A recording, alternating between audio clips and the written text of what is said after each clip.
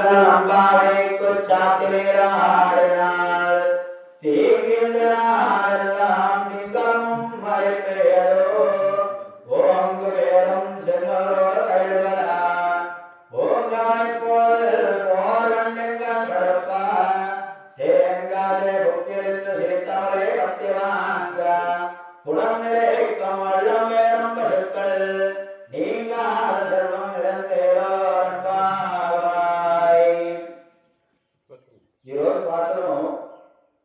శ్రీకృష్ణుడంటే ఎవరు? సాక్షాత్తు శ్రీమన్నారాయణుడు. నారాయణుడు ధర్మరక్షణకు, దుష్ట శిక్షణకు, శిష్ట పరిరక్షణకు 21 అవతారములు ఎత్తినటువంటి పరమపురుషుడు శ్రీమన్నారాయణుడు.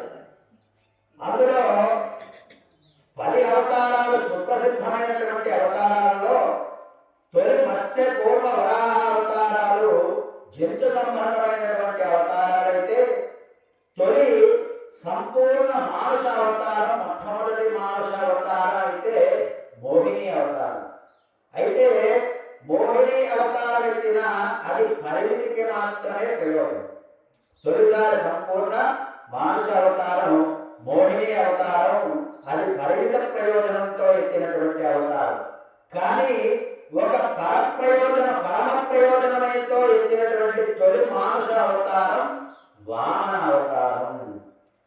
ఆ వామన అవతారము ఒదిగి ఉండేటువంటి మనిషి సామాన్యుడు కాదు. వాడి ఎదగడం మొదలు పెడితే త్రివిక్రముడంతటి వాడవగలడని చాటి చెప్పినటువంటి అవతారమే ఈ యొక్క వామన అవతారం.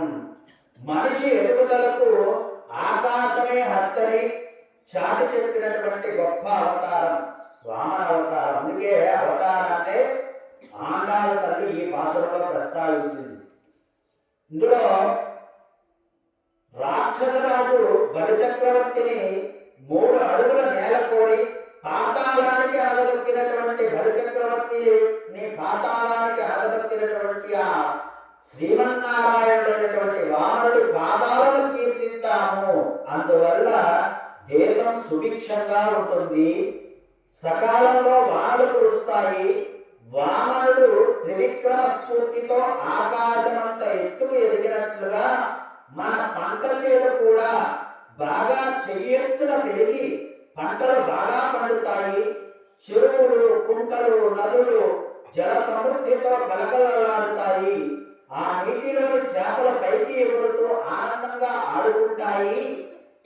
ఆ నీటిలో పుట్టినటువంటి కలువ పురుగులు తేనెను తాగి తుమ్మెదలను మత్తుగా నిద్రపోతాయి.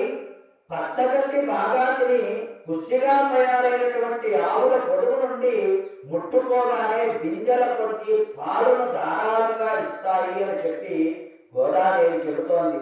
కనుక ఈ వ్రతం చేస్తాం రండి అని గోపికలను, చెలికత్తెలను పిలుస్తోంది. శ్రీకృష్ణుడు శ్రీమన్నారాయణుడి అవతారమే అని చెప్పి విశ్వసించినటువంటి తల్లి నారాయణుడి దశవిధ అవతారాలలో తొలి మానుష అవతారమైనటువంటి వామనావతారాన్ని ముందుగా స్మరించుకుంది. వామనావతారంలో వామనుడు సిరి సంపదలనిచ్చేటువంటి లక్ష్మీదేవికి భర్త అయిన శ్రీమన్నారాయణుడి భార్య లక్ష్మీదేవి ఎంతో సిరి సంపదలు ఉన్నా కూడా భిక్షాటన చేయడానికి మొహమాట పడకుండా, యాచించడానికి వైకుంఠ నారాయణుడు తనకు చిన్నతనముగా ఉంటుంది అనుకోకుండా సహజంలో ఏమాత్రం గౌరవం లేనటువంటి ఈ యొక్క యాచనా వృత్తికి పాల్పడ్డాడు. నారాయణుడు చేసే పనులెప్పుడూ కూడా అలాగే ఉంటాయి. ఆయన ఎత్తినటువంటి అనేక రకముల అవతారాలలో మత్స్య కూర్మ వరాహ అవతారాలు కూడా ఎంతో విశేషమైనటువంటి అవతారం. అందుకే ఆ అవతారాలన్నిటికీ కూడా మనం ఆలయాలు కట్టి ఆరాధన చేస్తున్నాం. బలిచక్రవర్తి ఇతర రాక్షసుల వలె దుష్టుడు, దుర్మార్గుడు కాదు. శ్రీమన్నారాయణుని యొక్క పరమ భక్తుడు. అతని భక్తి భావనకు లొంగిపోయినటువంటి నారాయణుడు అమితంగా ఒదిగి వామనుడయ్యాడు. ఆజానబాహుడు, అరవింద దళాయతాక్షుడు అయినటువంటి నారాయణుడు ఒదిగి ఉండడం చాలా విశేషం. రాక్షస చక్రవర్తిని 3 అడుగుల నేల దానం ఇవ్వమని ఏమాత్రం అడగడానికి సిగ్గుపడలేదు ఆ పరమాత్మ. అడిగిన నేల ఇవ్వడానికి బలి చక్రవర్తి మాత్రం సిగ్గుపడ్డాడు.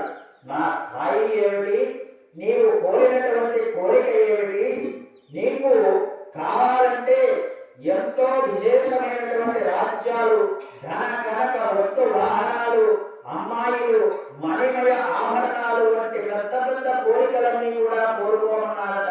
కానీ ఆ వామనుడు మాత్రం అవి ఏమీ నాకు అక్కర్లేదయ్యా, నీవు ఇవ్వగలిగితే చెప్పు, నాకు 3 అడుగుల నేల మాత్రమే కావాలి అన్నాడు. సరే తీసుకో అని చెప్పినదే తడుగా అటు భూమి ఆకాశం అడ్డుగా పొడిచి 3వ పాదాన్ని ఆ యొక్క బలి చక్రవర్తి శిరస్సున పెట్టాడు. అలా పెట్టడంతో చక్కగా ఆ పరమాత్మ 3 అడుగుల నేల కోరి ముఖ్యమైనటువంటి మౌన సందేశాన్ని ఇచ్చాడు. చేలో కట్టలు వామనులా ఎదగాలని గోదాదేవి అనడంలో ఈ యొక్క పాసురం ఆ నారాయణుడు వామనుడు ఒదిగి ఎదిగి ఎలా అయితే ఉన్నాడో అందరం కూడా అలా ఒదిగి ఉంటే కలదు సుఖం, కలిసి ఉంటే కలదు సుఖం అని చెప్పి పెద్దలు చెప్పింది ఊరకనే కాదు. అందుకే ఆ యొక్క పరమాత్మను వామనావతారంలో ఈ రోజు పాసురంలో గోదాదేవి చక్కగా కీర్తించింది. ఆండాళ్ దివ్య తిరువడగలై శరణం, గోదా ఆండాళ్ దివ్య తిరువడగలై శరణం, ఆచార్య దివ్య తిరువడగలై శరణం.